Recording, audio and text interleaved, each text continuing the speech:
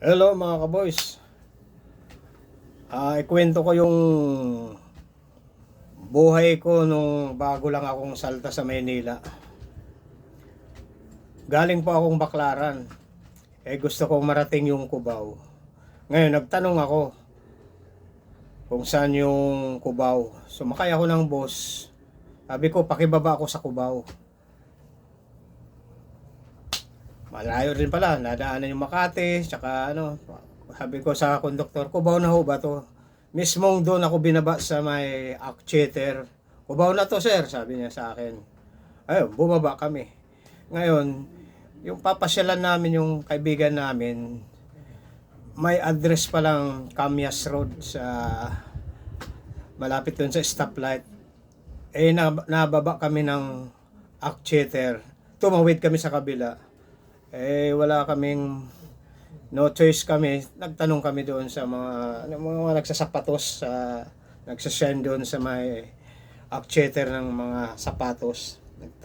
Nagiinuman din sila, nagiinom sila ng nagiinom sila habang gumagawa ng sapatos, nagtatahi. Yun ang napagtanungan ko. Sabi ko, sir, pwede ho bang magtanong? Saan ho yung Cubao?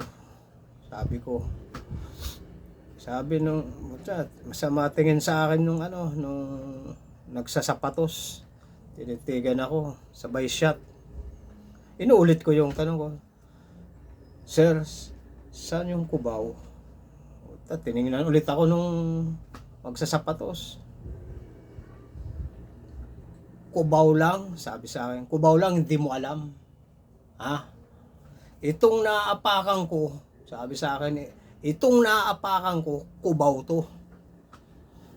Tsaka nagtas ng boses, nakainom na, sabi ko.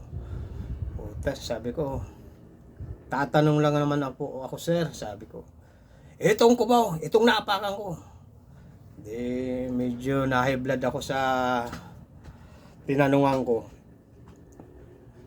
Nagtas na rin yung boses ko, sabi ko. Kaya pala hindi ko makita ang Cubao, naaapakan mo eh. Puta, tingin sa akin ng masama. Tiningnan ko rin, sabi ko, pag pumalag, papalagan ko rin to. Na-high blood ako, nagtatanong lang ako. Yun mga kaibigan. Yan ang nangyari sa buhay ko nung bago akong salta. Hindi ko makakalimutan yan mga kaboys. Okay?